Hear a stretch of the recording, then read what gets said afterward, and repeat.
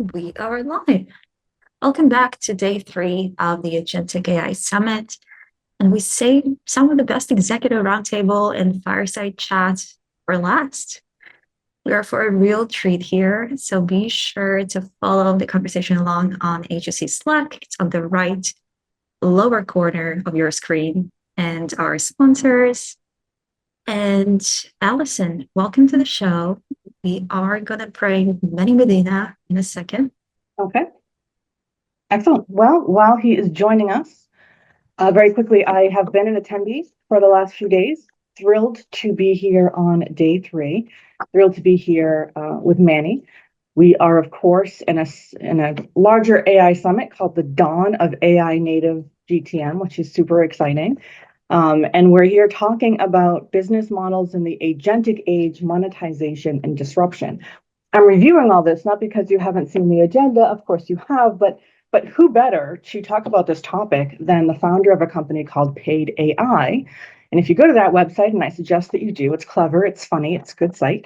The CTAs, the calls to action that Manny and his team have put together are get paid like you mean it. And I think that's what we're all kind of trying to do here. So I'm absolutely thrilled to welcome Manny. Manny, are you around yet?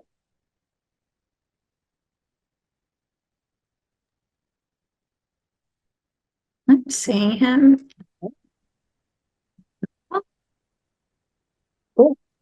Well, then behind his back, I will do a little introduction. Manny is the founder of Paid AI. He was the founder of Outreach.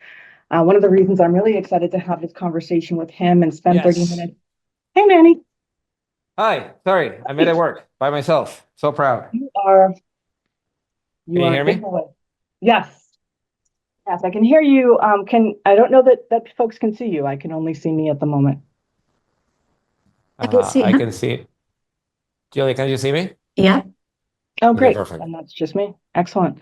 Manny, I was introducing you behind your back. So now that you're here, I've only done a brief kind of introduction, but I'm very excited to be here with you for many reasons. I'm so excited about what you bring to this topic, which I've reviewed with the crew here, even though they know the agenda. So we're kicking off day three. Very exciting. Would you like to introduce yourself for a little bit? Sure. I'm Manny Medina. This crowd will probably remember me as the co-founder of Outreach.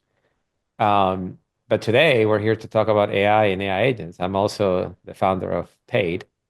And Paid is the business engine for AI agent and AI agent builders. We identified a gap in the market based on my experience in the past for creating the entirety of the back office that an AI agent needs, including monetization, cost management, showing the value. And those are all things that we didn't have a great solution in SaaS, and AI agent just makes the problem worse. So we're set out to help build the AI agent economy going forward. Excellent. I am Allison Snow. I am the CMO of event tech firm called Streampoint Solutions. I'm here in Boston. And Manny, as far as I'm concerned, my role for 30 minutes is to ask you questions that helps people get as much knowledge from you as possible in the short 30 minutes we have together.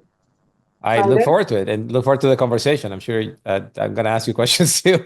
Excellent. Yeah, I'm certainly ready for that. I'm going to start at the beginning, even though we're on day three of the summit. A lot of folks, because I've been monitoring the chat, are here for multiple sessions. So I don't want to get too basic, but I do want to do a little context setting. So I'm hoping I can ask you, and you'll be okay with it. Just as a baseline, what is an agent in the context of what you're building today? And what I haven't heard answered so far is how is it different from automation as we've known it in SaaS? Perfect. So an agent has evolved to where we are right now, where it has agentic behavior. And agentic behavior means that it can perform tasks without human intervention. So what we had in the past, coming from SaaS, and as a SaaS builder myself, was that SaaS was operated by an individual, by a human being. And it was the ability for you to operate a workflow or manipulate data or to generate some value from the thinking of a human being aided by a computer. Then we moved into copilot mode where the agent was helping the human being, but the human being had to invoke the agent and prompt it to actually get that value. Now we're to the point in which the agent understands the context in which the value needs to be delivered and delivers the entirety of the thing. So the agent is taking a whole set of workflows or tasks or even functions, out of the human's plate and performing them themselves, and then delivering back to the human being for as an outcome. So that's what agents are. It's the ability for you to take the whole function that was previously done by a person and perform it automatically. It's been pretty remarkable to watch this happen, and you just described it really succinctly. But the road from not so independent, human driven to very independent agents on the other side of that spectrum is really quite fascinating. I know everyone in the audience is excited to learn more about it. Thanks for helping us understand how it's different from SaaS. I think what folks are really excited about, and when I was introducing you behind your back, I talked about paid AI and just encourage folks to go to the site and how much I admired the CTA of get paid like you mean it, monetize like you mean it. And I think that's I know it will be big on this crowd because we're all here. It's all about getting paid. So I think they're going to eat it up. Yeah, I think they'll eat up the rest of the site. So I'm excited about it. But we sort of know a little bit about. Oh, cool. We know a little bit about how traditional SaaS models monetize access, right? Where a lot of us are so steeped in that we are just SaaS all day long. But this must change, right? So what does monetization look like when the agent is the actor, as you just described? So that's what drove me. So that question was a fundamental question to drove me to start this company. Is that when you have an agent, the concept of seats doesn't exist anymore. And we've been selling seats for the better part of 20 years. And all of a sudden, we are replacing the seats with an agent that is performing the function that the seats used to do. So I think the alarm bell was sounded about 2 to 3 years ago when agents started becoming into online, and people started freezing seats. So you wouldn't see a seat contraction, but you would see um, a seat stabilization. So your NRR, that was seat expansion, it started going away, and now all you had in front of you was, selling seats of a different product, but you're still selling seats. And I think the train is only moving into one direction, in that the agent is replacing so much of the human task that you start needing fewer seats to perform the same function. So when you monetize the agent, you can't do it by seats. So seats now go away because it's a wrong form factor to capture the value. Okay, so what else do you have? So you have credits or transactions, but credits and transactions is a bit of it's also the wrong way to think about it, because your agent is not delivering credits or transactions. The agent is performing all this body of work, number one. And number two, credits become undistinguishable between agent and agent. And what that forces is two agentic companies doing roughly the same work will go at each other with a lower credit or a lower per transaction fee. And that just creates a race to the bottom. So I think that agentic companies are waking up to the fact that they are delivering way more value than is captured with the current mechanisms. And you need a new technology, a new framework, a new way of thinking of how you capture value for an agent. And what we are seeing in the marketplace is that agents are fundamentally capturing workflows.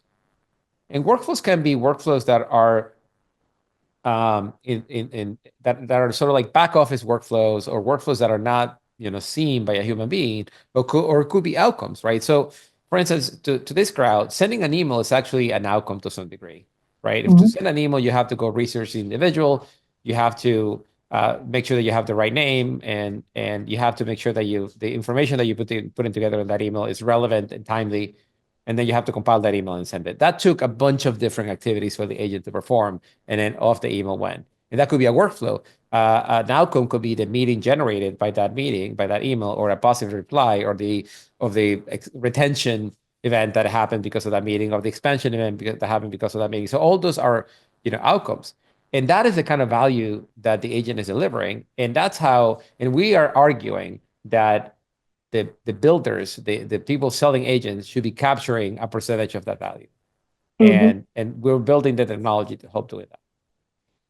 I think something really interesting, and let me know what you think of this. And you're also allowed to skip any question that you don't like, but we're here in this audience, and I'm here as a CMO, and I'm listening with my marketing ears, my seller ears, my my function ears.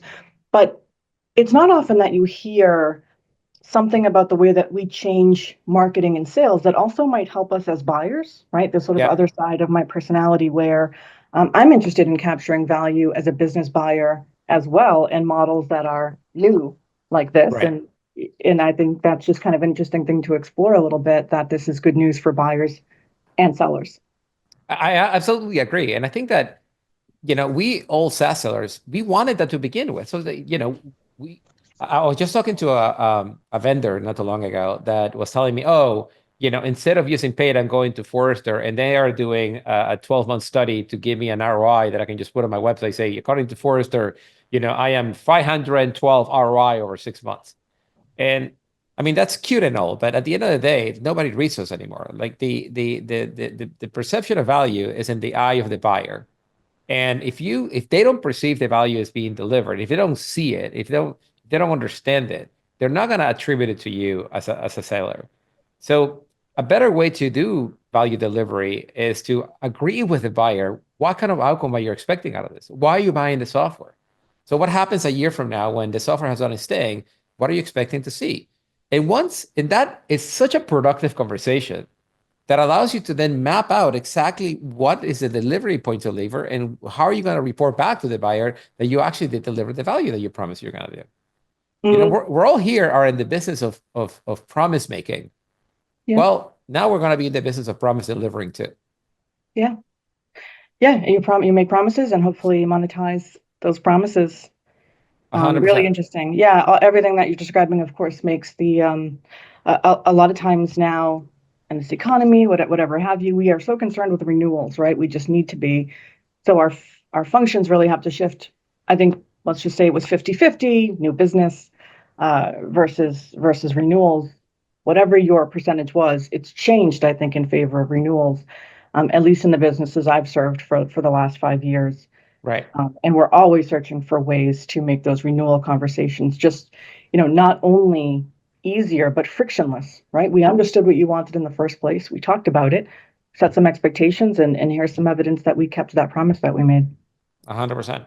And I think as a seller, it's so much easier to sell value when the way that you price is through value. Hmm. So I was listening to a podcast where the CRO of Sierra, who is well-known player in the space that sells outcomes, was talking about how easy, what a dream is as a seller to, or even as a marketer, to say that you only buy Sierra, you only get outcomes. There is no setup fee, there is no proceed, there's none of that. Like if you don't get the outcomes, you don't pay. That Yeah. is such a disruption. And as a marketer, I love the fact that now you can tie your story all the way through monetization. In the past, we used to make all these claims around value delivery that were not substantiated by the way we price, because at the end of the day, you still have to buy a seat or a credit. Those two are not the outcome. The outcome is the outcome. And if you get paid for delivering an outcome, then that's alignment all around. Yeah, that's far more compelling. Far more compelling. I wonder what you think, what you can tell the audience about what this changes a little bit as far as our relationship with technology. More specifically, it sounds like agents change the role of software, which we've considered this a tool. I'm still just working in tools, working in software. Right. Increasingly, my friend ChatGPT is a partner. Increasingly Yeah, yeah, it is a yeah. thought partner. I'm running ideas. I'm saying, oh, this way, and it's fabulous. Um, but how do agents specifically change the role of software from, and my suspicion is from tool to partner? I think that it changes the software from tool to partner when it anticipates your need. Mm, hmm. And don't we all live for that? For the pleasant surprise of something done that you're thinking about doing, and now it's just done at the quality that you need. So imagine if that, campaign is just orchestrated and ready to go for you to approve when you wake up and it's just there. Right. Funny enough, and I would love your take on this. I haven't seen as much disruption in marketing, agentic Hmm. world, that as I've seen everywhere else, including sales. Marketing, for some reason, is just not, coming through in the way that is like I see it in HR, I see it in Yeah. supply chain, I see it in sales, I see it in everywhere except for marketing. I'm trying to figure out why that is. And then any thoughts on that? I think there is a level of conservative in Oh, marketing. interesting. And it's a level of going to say conservative and just being more careful maybe sometimes than we need. So even when you were talking about promises, I know that as a marketer and so many marketers I've worked with, you really have to make decisions all the time about the promises that you make, right? Um, I confess, I've said words like, this isn't a legal document. It's a website. Now, I just said that on a recording, Manny. There it is for the world to consume. Um, I said it 10 years ago. But we do have to make those decisions every day, right? In terms of messaging, in terms of what we shout from the rooftops and all of those things. And I think because we care about those renewals, because we care about the integrity of the organization, we have adopted some conservatism. Now, this isn't true for every company, of course. We've got folks out there making claims that are dubious, of course. But I think that when we're thinking about tools, my colleagues in marketing, not at my firm, we're moving pretty slowly and we're exploring what does this look like for content. And even with some, for content as the baseline of this works pretty well. I'm Right. still, by the way, owning it. So you just described what if a campaign was built and functional? And I love that because I'm pressing a lot of buttons. Right. And I don't want to press buttons. I want to have a point of view on audience and messaging and asset and CTA. And then Right. I want it to self-assemble. And that's Right. possible. But my marketing brain is still going to, until a few years when I see it and I think, okay, this is good. It knows me, all of these things. It knows the preferences. It knows the audience. I'm still going through a lot of those things with a fine tooth comb and thinking, Interesting. I know this puts me kind of behind, in terms of people who are aggressively pursuing these things. But I've just adopted that kind of conservative point of view. And I think for reasons that have to do with messaging. I hope that's helpful. Interesting. Interesting. Do you think it's because you're being exposed and bombarded with so many solutions for, there's 20 solutions for 5 problems in marketing, and now you're sort of like your level of your barrier for bullshit is significantly higher. So when somebody tells you your dream have come true, you're immediately like, no, Of somebody told me course, that right? yesterday and it didn't come true, so I'm not believing you anymore. Absolutely. Yeah, I mean, I'm in an industry, events. Folks who buy event software have been lied to for decades, I think. So I have to be aware. I parentheses, I think. I have to really be aware if the promises that we're making sound really lofty. Yeah. And just sort of consider that in terms of what the audience has been through, what they say about all of my competitors on G2 and Trust Radius and LinkedIn and the Slacks for CMOs that I'm on, that this is not an audience that's ready to believe. They are Mm, an audience that has experienced frustration at, and when we talk about events, particularly on-site events, not that virtual isn't, full of risk as well, but you've got that one chance, right? You're an event marketer, you're an event professional. One thing goes wrong that day, and it has ruined 6 to 8 months of your good work. oh wow. So those grudges, right, they Oh, last. for a long time. They last. So you just have to kind of consider the audience. But yeah, I think everyone's walking around Yeah, with a I've been hurt before. right. I smell the BS when it's coming. Interesting. Because what interesting enough, in digital marketing, I'm not seeing a lot, which is very surprising that I'm not seeing a lot of agentic work. I'm seeing Yeah. a lot in brand marketing. So for instance, this was this fascinating agentic company that sort of like it used AI agents to ensure that the messaging and the campaigns and the brand was well represented for the geography in which they were running. Um, because some global brands just don't have the human power Love to that. be hyper tailored to like every micro region in which they're selling, and some of them made the advertising made land wrong. So, for instance, they were helping Jack Daniels with a Yep. particular campaign, and when it ran here in the UK, it turns out that the actors in the campaign look underage, and they caught it Oh, before it actually went to market, before it went to media. Um, would it have been a disaster? Who knows? But it was sure. avoid it, and it was, tons of headaches, Yeah, that ruining, all their reputation, 6 months of work. That's exactly yeah. what they avoided. So And I it think feels like a risk better approach to mitigation. coming at it from the safety side. You know what I mean? I'm gonna keep you safe. You know Oh what I mean? yeah, Like, no, appreciate that. And look, we are maybe it's because of that conservative mindset, but I'm pretty jazzed about the idea of risk mitigation, calm you down.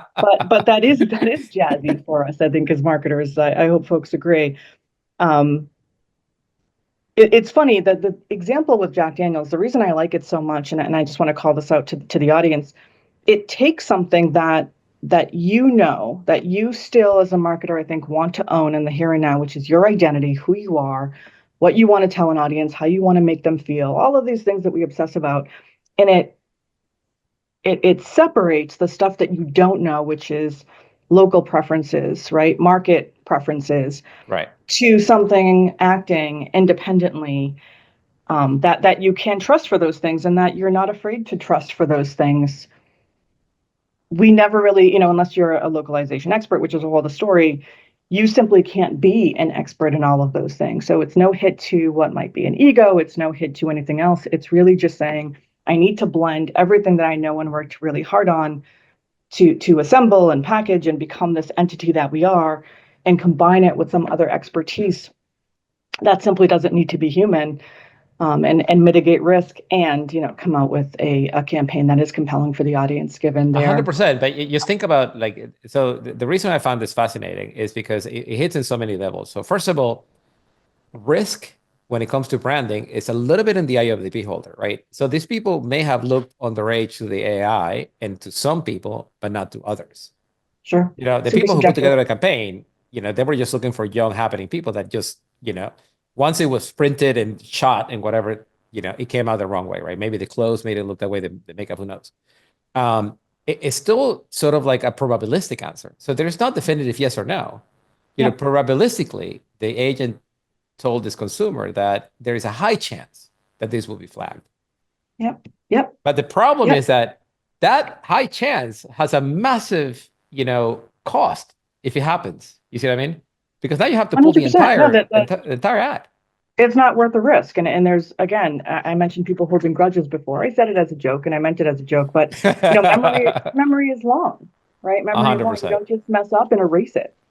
You A mess hundred up percent. and you've made an impression that's not so positive. So, I will tell you, we run around this virtual office. I'm in Boston, and companies in Canada, and we chat through. Look, if there's anything wrong here, we the most important thing is we catch it as we look at each other. I'm not worried if I've made a mistake in a campaign. I'm worried if it hit the market and it went public.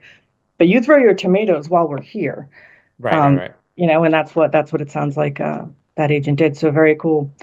I'm going to drag you away from this real quick because you have a term, and I think people want to learn about it. The term is agentic margin.